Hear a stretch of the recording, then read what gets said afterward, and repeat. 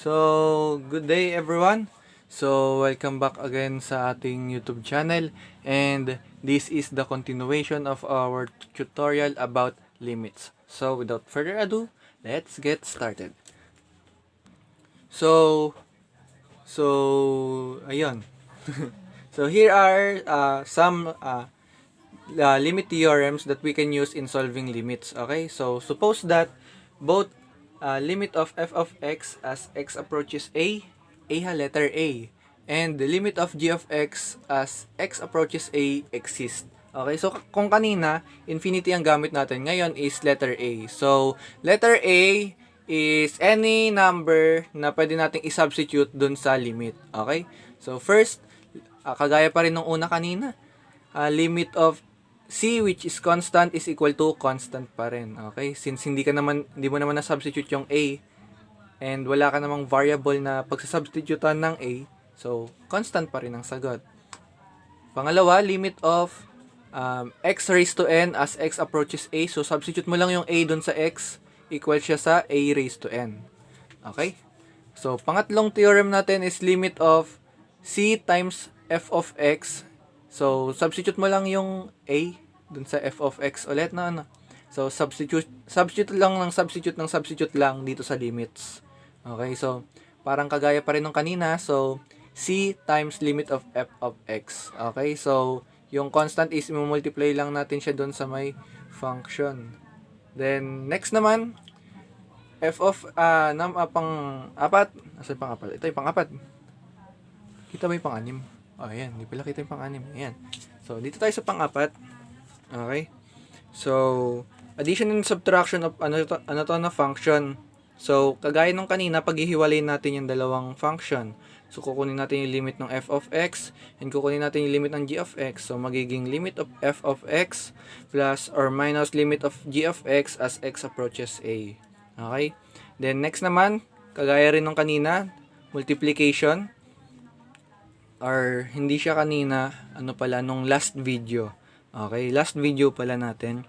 So, limit of f of x times g of x as x approaches a. So, kukunin lang natin yung limit ng both function, then use the operation which is multiplication.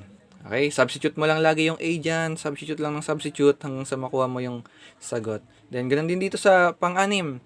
Okay, limit of f of x divided by g of x as x approaches a. So, take the limit of both function. So, limit of f of x divided by limit of g of x as x approaches a. Wherein, yung g of x hindi pwede maging 0. Kasi kapag naging 0 siya, that is undefined. Okay? Or does not exist. Yan. Then, limit of f of x raised to n. So, yung buong function is naka-enclose siya sa exponent as x approaches a. So, substitute mo lang siya. Okay, same lang din. Kunin mo yung limit ng function, then raised to n. Okay, substitute mo lang yung a, then kunin mo yung limit ng function, then raised to n. Next naman, ito yung madalas na lagi nating ginagamit. Na madalas talagang gamitin sa limits. Limit of f of x as x approaches a is equal to f of a. Ibig sabihin, lahat ng x na meron doon sa function, papalitan mo lang ng value ng a. Okay? Then, last, ganun din. Parehas lang din siya. Sa 6, parehas lang din siya sa 6. And 8, parang pinagsama lang yung 6 and 8 natin dyan. Limit of f of x divided by g of x as x approaches a is equal to f of a divided by g of a. So, let's give some examples. Okay? So, dito muna tayo sa una. Okay, limit of wait lang, kuha tayo ng isang dito. Yan.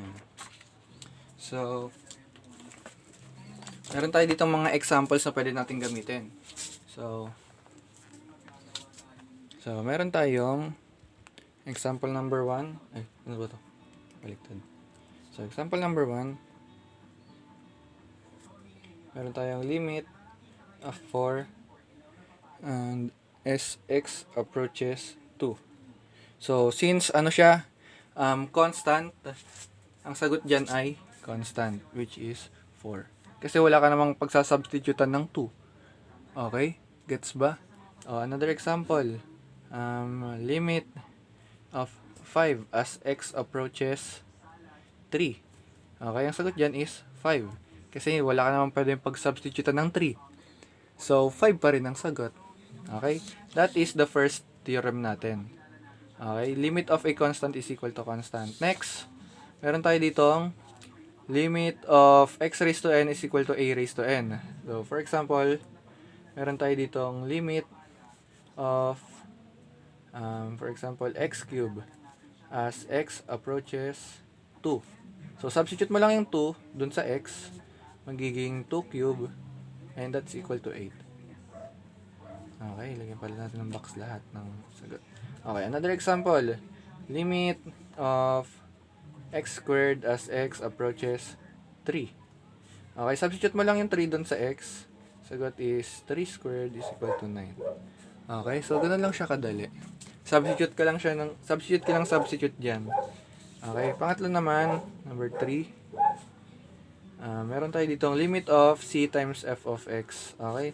So, for example, meron tayong limit of 3 times x plus 1 as x approaches 2.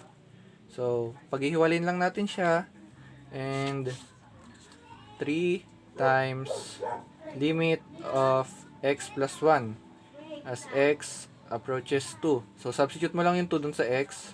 Magiging 3 times, ano siya, i-close pala dapat natin siya, no? So, 2 plus 1, that is 3. 3 times 3, that is equal to 9. Okay? Substitute lang tayo ng substitute dyan. Substitute lang tayo ng substitute. O, another example pa ulit para mas lalo natin siya maintindihan. So, limit of 4x squared as x approaches 5. Okay? So, magiging ano dyan? 4 times limit of x squared. Okay, so what is limit of x squared? Substitute mo lang si 5 dun sa x squared. As x approaches 5 siya. So, substitute mo lang si 5 dun sa x squared. Magiging 4 times 5 squared. So, what is 5 squared? That is 25. 4 times 25 is equal to 100. Okay, so ganyan lang magsagot ng limits. Substitute ka lang ng value ng x. Then, makukuha mo na yung limit niya. Okay? So, may 3 na tayo. 4 naman. Sa 4 naman tayo. Okay? So, madali lang to. Substitute ka lang dito. So, sa fourth limit natin, f of x plus g of x.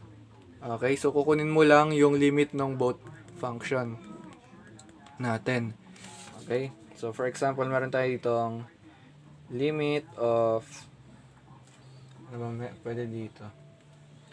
Okay, limit of, lagay natin bracket natin siya, bracket. Limit of x plus 1 plus x squared minus 2. So, kunin mo yung limit ng both function as x approaches 1. Okay? So, kunin mo yung limit ng both function. Limit of x plus 1 as x approaches 1 plus limit of x squared minus 2 as x approaches 1. So, substitute mo lang si x. Substitute mo lang si x dun sa value ng x. So, magiging sagot dyan is 1 plus 1 plus, substitute mo si 1. 1 squared minus 2. That is 2 plus 1 squared is 1 minus 2. That is negative 1. So, 2 minus 1, that is 1. Okay? Substitute ka lang dyan. Then, next, sa fifth naman natin, multiplication naman siya. So, fifth theorem natin. Tingin tayo dito ng pwede nating example sa fifth theorem natin. Okay, ito pwede to. Limit of x squared times x cubed plus 1 as x approaches 2. Okay, so, meron tayong isang function dito, meron tayong another function dito. Okay, so paghihiwalayin natin sila. That is limit of x squared plus limit of x cubed plus 1 as x approaches 2. X approaches 2. Ay, bakit plus? Times pala to, no? Times. Bracket natin sila. Ay, ano siya? Ibang papel na pala to. Sige, okay na. Lumagpas na pala ako. At least kita pa rin naman. Ayan. So, substitute lang natin si 2. That is 2 squared times, substitute natin si 2, 2 cube plus 1. Okay, so 2 squared is 4 times 2 cube is 8 plus 1. That is 4 times 9 is equal to 36. So, 36 ang sagot dyan. Okay, substitute lang tayo dyan. Okay, next. Ayun, bumakat siya dun. Lumagpas. Okay, next naman is, ang number na tayo? Number 6. Okay, dito tayo 6th limit. Ay, 6th theorem. Okay. So, kuha tayo ng example dito. Evaluate. Okay, 6. Meron tayo ditong limit of x minus 3 divided by x squared as x approaches 4 natin siya. 4. Okay? So, substitute mo lang siya. That is limit of x minus 3 as x approaches 4 divided by limit of x squared as x approaches 4. So, substitute mo lang siya. 4 minus 3 divided by 4 squared. 4 minus 3, that is 1 divided by 16. So, ito na ang final answer natin. Okay, substitute lang natin sila. Then, next is the 7th theorem natin. Number 7 na tayo. So, anong example meron dito? So, meron tayo ditong square root. So, limit of square root of x squared plus 8 ba siya? Okay, x squared plus 8. X squared plus 8 as x approaches 1. Okay. So, paano to? Square root yung nakalagay. So, alam naman natin na kapag square root siya, yung exponent niya is 1/2.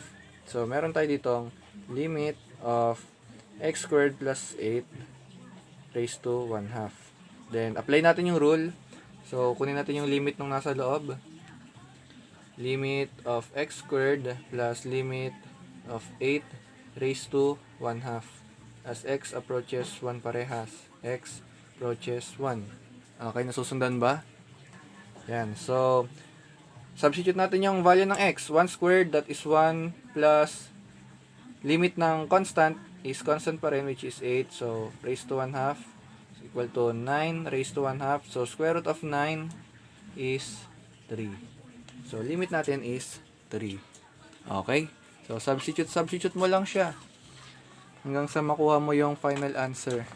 Okay? Next natin is number 8. So, ito na yung polynomial function natin.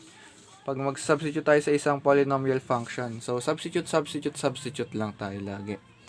So, example natin dito is limit of 3x raised to 4 minus 2x cubed plus 4x plus, okay, minus 3 siya, minus 3 as x approaches 3. So, substitute mo lang si 3 dun sa lahat ng x natin. So, 3 times 3 raised to 4 minus 2 times 3 raised to 3 plus 4 times 3 minus 3. So, simplify natin. 3 raised to 4, that is 81 minus 3 cube is 27. 4 times 3 is 12 minus 3. Then, isa-isay natin. 3 times 81 is 243 minus 54 plus 12 minus 3. So, ano sagot dito? 57 plus 12, 45. So, 285. 288. 288 ba? Hindi, 198 Kasi ima-minus mo nga pala. So, 198. 198 na. Okay, sorry. 198. Na-plus ko pala. Akala ko plus. Ma-minus nga pala. So, 198 ang sagot natin. Okay? Then, last natin is yung sa rational function natin. Okay, rational function. Next natin. So, magbigay tayo ng isang example dito. So, nakalagay dito is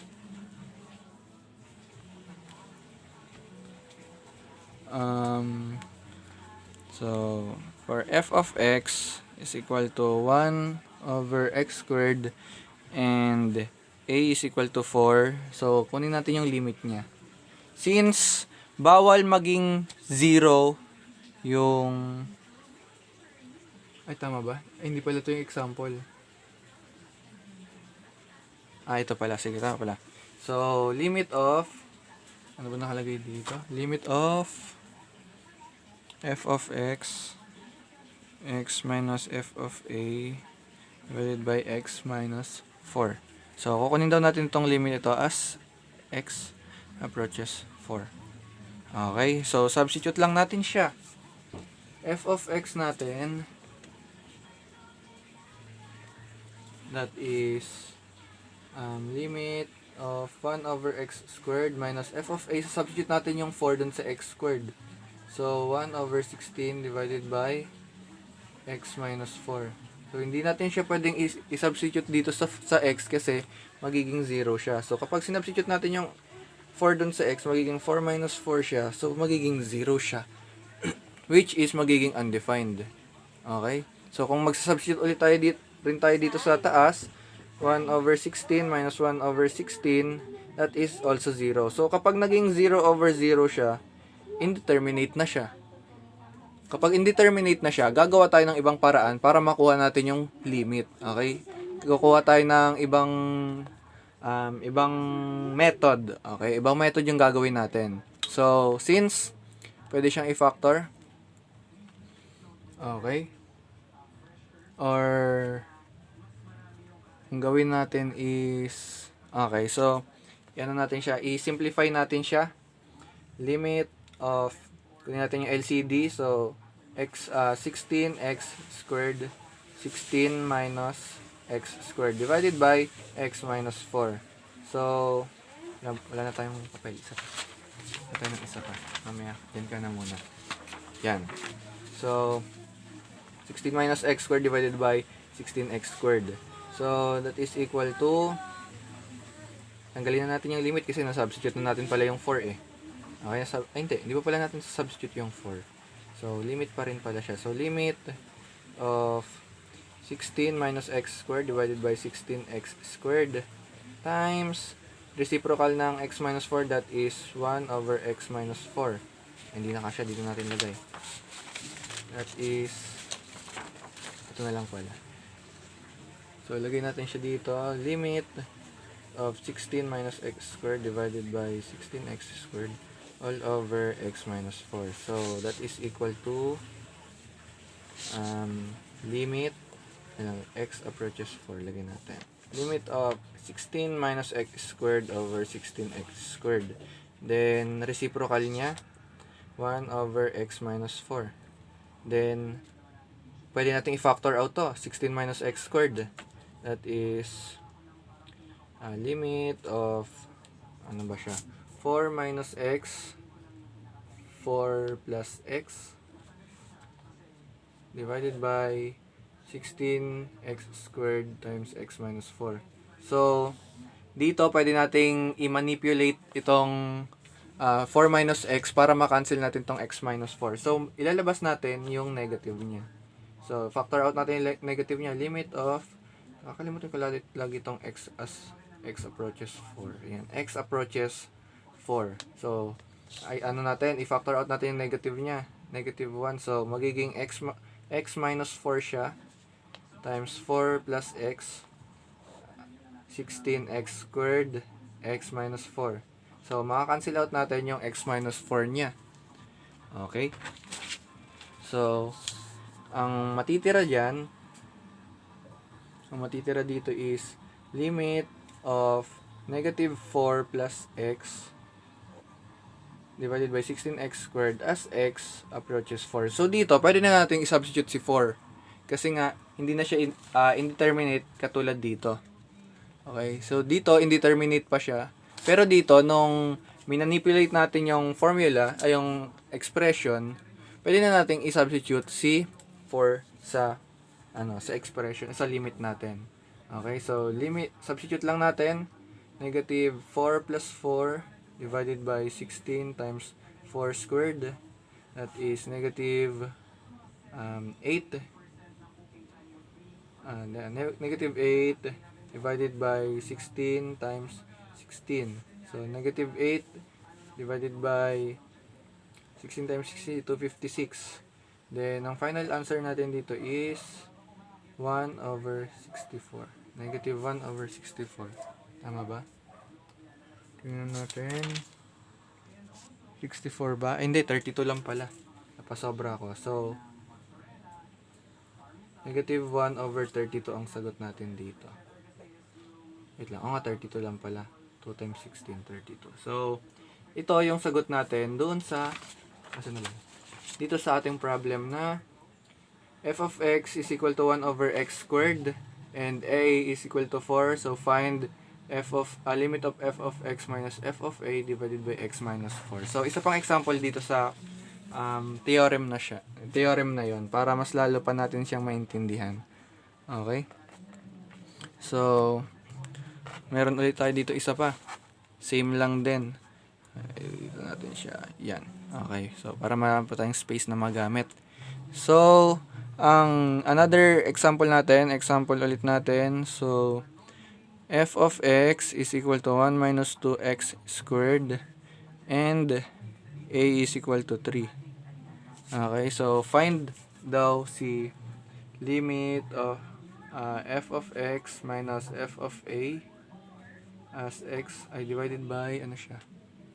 X minus a. X minus a as x approaches 3. Ay, hindi, 3. A is equal to 3. So, substitute natin lahat ng value. Meron tayo ditong limit. Kasya ba to? Hindi, wag na dyan. Hindi natin siya lagay. Limit of f of x natin is 1 minus 2x squared. Minus, substitute natin yung 3 doon sa f of x natin. So, maging 1 minus 2 times 3 squared all over x minus 3. So, si x approaches 3. So, hindi muna natin gagalawin si x. Yung a lang muna gagalawin natin diyan. Okay? Hindi pa muna natin i-substitute si x. Si a muna yung gagalawin natin diyan. So, limit of, simplify natin. 1 minus 2x squared minus 1 minus 3 squared is 9 times 2, 18. So, 1 minus 18, that is 17. Negative 17. Okay? Divided by x minus 3. So, x approaches 3. Okay? So, simplify pa ulit natin. Limit of 1 minus 2x squared plus 17 all over x minus 3 as x approaches 3. Then, limit of negative 2x squared plus 18 all over x minus 3 as x approaches 3. So, nag-arrive tayo sa ganitong hindi pala kita. So, nag-arrive tayo sa ganitong expression. Sa ganitong limit. Okay, negative 2x squared plus 18 divided by x minus 3. So, kapag sinubstitute natin yung x dito, ay yung 3 natin, yung 3 sa x natin, so magiging negative 2 times 3 squared plus 18 divided by divided by 3 minus 3. So, ang magiging resulta natin is indeterminate ulit, 0 over 0. So, hahanap ulit tayo ng another way para masagutan tong limit na to. So, kapag may ganitong limit tayo na indeterminate, unang ginagawa natin is nagpa-factor tayo. Okay, ipa-factor out natin yung expression. Okay. Lagay natin dito yung limit na nakuha natin. Limit of negative 2x squared plus 18 x minus 3 as x approaches 3. So, factor out natin. Factor natin si negative 2 and 18 dito. So, kapag factor out natin si negative 2 times x squared minus 9 na siya. Divided by x minus 3. Okay, so, difference of two squares. Negative 2, factor natin siya, x minus 3, x plus 3 divided by x minus 3. So, pwede na nating makancel yung x minus 3. And ang matitira dito is negative 2 times x plus 3. Then, dito, pwede na nating i-substitute si 3. Okay, pwede natin i-substitute si 3 dito kasi hindi na indeterminate yung kalalabasan niya. So, kapag sinubstitute natin, negative 2 times 3 plus 3, okay, 3 plus 3 is 9. That is negative 2, 3 plus 3 is 9. 3 plus 3 is equal to 6. So, negative 2 times 6, that is negative 12. So, negative 12 ang sagot natin dito sa limit na to. Okay? So, lagi lang tatandaan, kapag nag-indeterminate, okay, kapag nag-indeterminate yung limit natin, hahanap tayo ng another way para masubstitute natin yung value ng x. Okay? So, yung method na ginagawa natin is factoring. Okay? Fina-factor lang natin yung function para may ma-cancel tayo and hindi maging 0 yung denominator niya. Okay? Hindi maging indeterminate. So, yun lang ang lagi nating tatandaan kapag nagsosolve tayo ng limit. Okay? Substitute, and dapat hindi maging indeterminate.